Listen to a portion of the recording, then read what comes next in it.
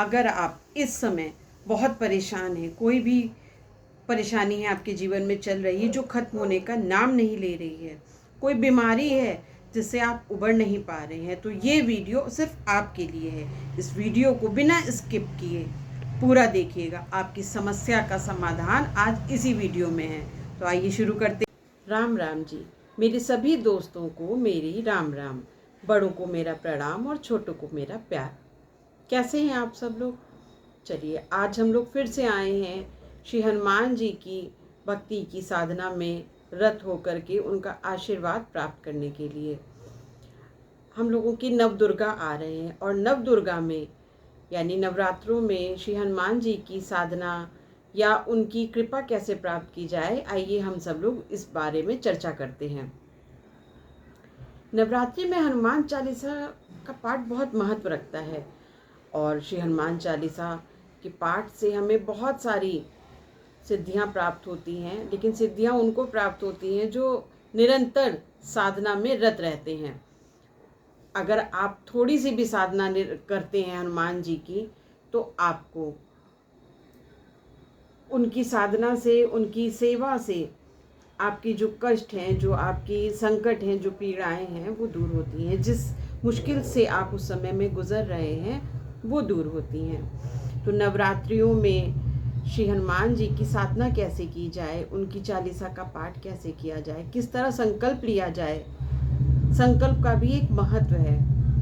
श्री हनुमान चालीसा के पाठ का यदि हम संकल्प लेते हैं तो बहुत ही, श्री हनुमान चालीसा के पाठ से आपको मानसिक शांति प्राप्त होती है। और हनुमान जी को संकट मोचन तो कहते ही हैं, वे हमारे सारे संकटों का हरण कर लेते हैं। नवरात्रि के दिनों में श्री हनुमान चालीसा के पाठ से जो भी व्यक्ति पाठ कर रहा होता है उसे मुश्किलों से लड़ने की शक्ति प्राप्त होती है, बल मिलता है। नवरात्रियों में हनुमान चालीसा के पाठ करने से श्री हनुमान जी बहुत ही प्रसन्न होते हैं और मन चाही मुरादों को, मनोकामनाओं को पूरा करते हैं। तो आइए हम लोग जानते हैं कि इन नवरात्रों में श्री हनुमान जी का पाठ करके उनको किस प्रकार से प्रसन्न किया जाए। नवरात्रि के दिनों में व्रत रखकर हनुमान जी के सामने दीपक जलाते हैं। श्री हनुमान जी को बेसन के लड्डू, गुड़, चना, केला बहुत प्रिय है। तो आपकी सामर्थ्य के अनुसार जो भी आपके पास उपलब्ध हो, आप जो भी उनको सच्ची भक्ति के साथ, श्रद्धा के साथ अर्पण कर सकें, उस चीज़ का भोग लगाइए। और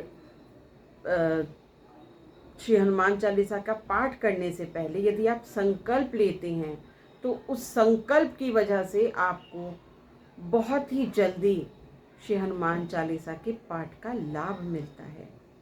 अवश्य ही श्री हनुमान जी आपके पाठ को ग्रहण करते हैं, उसको सुनने से वे प्रसन्न होते हैं और आपकी मनोकामना पूर्ण करते हैं। तो संकल्प लेने की विधि क्या है, आइए जानते हैं। संकल्प एक प्रकार से दृढ़ निश्चय होता है। संकल्प लेने से पहले ये निश्चय किया जाता है कि आप उनके प्रति सच्ची भावना से, सच्ची श्रद्धा से समर्पित हैं। आपको संकल्प लेने से पहले श्री हनुमान जी के सामने दिया जलाना है, दीपक प्रज्वलित करना है और पुष्प अर्पण करने हैं, धूप दीप दिखानी है। उसके बाद आपको अपने हाथों में जल, अक्षत या पुष्प जो भी आपके पास उस समय उपलब्ध हो या जो भी आपके पास हो, कुछ भी आप ले सकते हैं। हाथों में ले करके आप श्री हनुमान जी के सामने इस बात का संकल्प लीजिए कि प्रभु, मैं आपके सामने जितने दिन का भी, 9 दिन का, 7 दिन का आप संकल्प ले रहे हैं, आप अपने हनुमान जी से इस बात को कहिए कि मैं इतने दिन का संकल्प ले रही हूँ और इतने दिन के संकल्प में इतने दिन का पाठ करूँगी। मतलब वो एक पाठ भी हो सकता है प्रतिदिन, 3 पाठ भी हो सकते हैं, 5 पाठ भी हो सकते हैं, 7, 11, 21 प्रतिदिन आपको नियम से उतने ही पाठ करने हैं जितने पाठ का आपने संकल्प लिया है। ऐसा मत करिएगा कि आज आपने समय है, आपने तो 3 पाठ कर लिए, या आपके पास समय है तो आपने 5 पाठ कर लिए, कल आपने कम कर लिए या ज़्यादा कर लिए। अगर आपने पहले दिन एक पाठ किया है तो आप प्रतिदिन एक पाठ कीजिए, 7 पाठ किए हैं, 3 पाठ किए हैं, जितने भी पाठ आपने पहले दिन किए हैं उतने ही पाठ आपको नियम से प्रतिदिन अपने संकल्प की अवधि में करने हैं।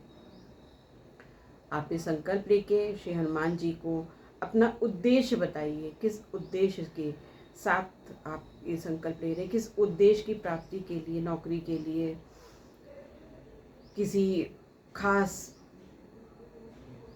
वजह से, किसी खास कारण से, किसी बीमारी के लिए। कोई भी बीमारी भी होती है ना तो वो भी संकल्प से दूर होती है।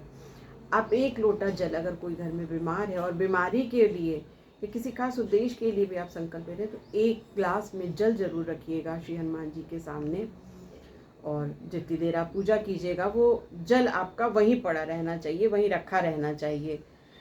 और जब आपका पूजा पूरी हो जाए उसके कुछ समय उपरांत, आधे घंटे 1 घंटे के उपरांत आप उस जल को ग्रहण कर सकते हैं, या किसी बीमार व्यक्ति के लिए आपने संकल्प लिया है तो उस बीमार व्यक्ति को भी आप प्रतिदिन वो जल पिला सकते हैं। प्रतिदिन आपको रखना है, प्रतिदिन उठाना है, और दूसरा हर रोज़ आपको जल बदलना है।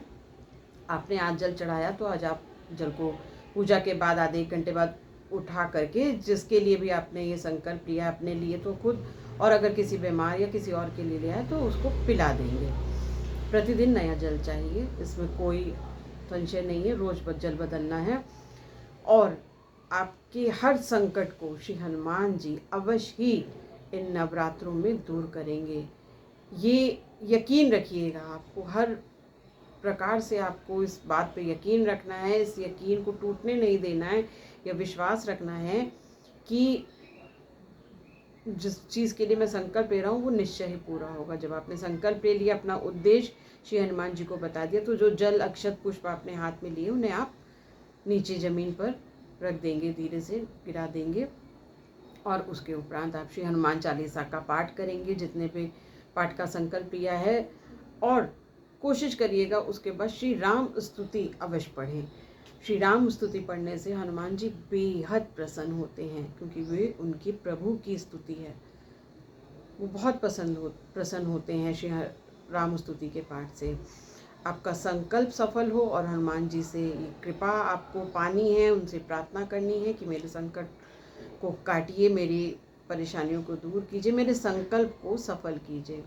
हनुमान जी की कृपा से आपको हर मुश्किल से निकलने का रास्ता मिलेगा, और आपकी मुश्किलें दूर होंगी, आपके रोग दोष जो भी कारण हैं वो सब ठीक होंगे। अगर आपकी नौकरी नहीं लग रही है तो नौकरी के लिए आप संकल्प लीजिए, आपकी नौकरी मिलेगी आपको।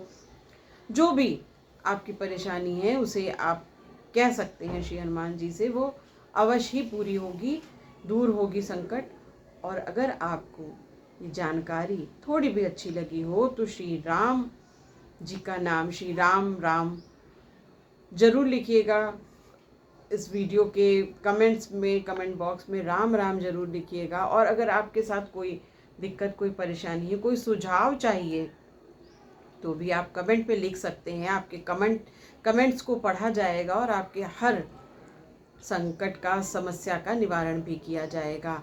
यदि आपको मेरी वीडियो अच्छी लगे तो इस वीडियो को ज़रूर शेयर कीजिएगा, सब्सक्राइब कीजिएगा, और जो भी अगर आपका कोई दोस्त, कोई मित्र, कोई रिश्तेदार किसी संकट में है, किसी परेशानी में है, तो उसको ये वीडियो ज़रूर शेयर कीजिएगा। हो सकता है आपके एक शेयर से किसी की समस्या का निवारण हो जाए। अगर आप उसकी किसी तरह से मदद नहीं कर सकते उसकी समस्या में, उसके संकट में, तो इस वीडियो के एक शेयर से उस व्यक्ति की समस्या का कोई समाधान मिलेगा और आपको श्री हनुमान जी का आशीर्वाद प्राप्त होगा। तो चैनल को सब्सक्राइब करना ना भूलिएगा, और कमेंट में राम राम तो अवश्य लिखिएगा।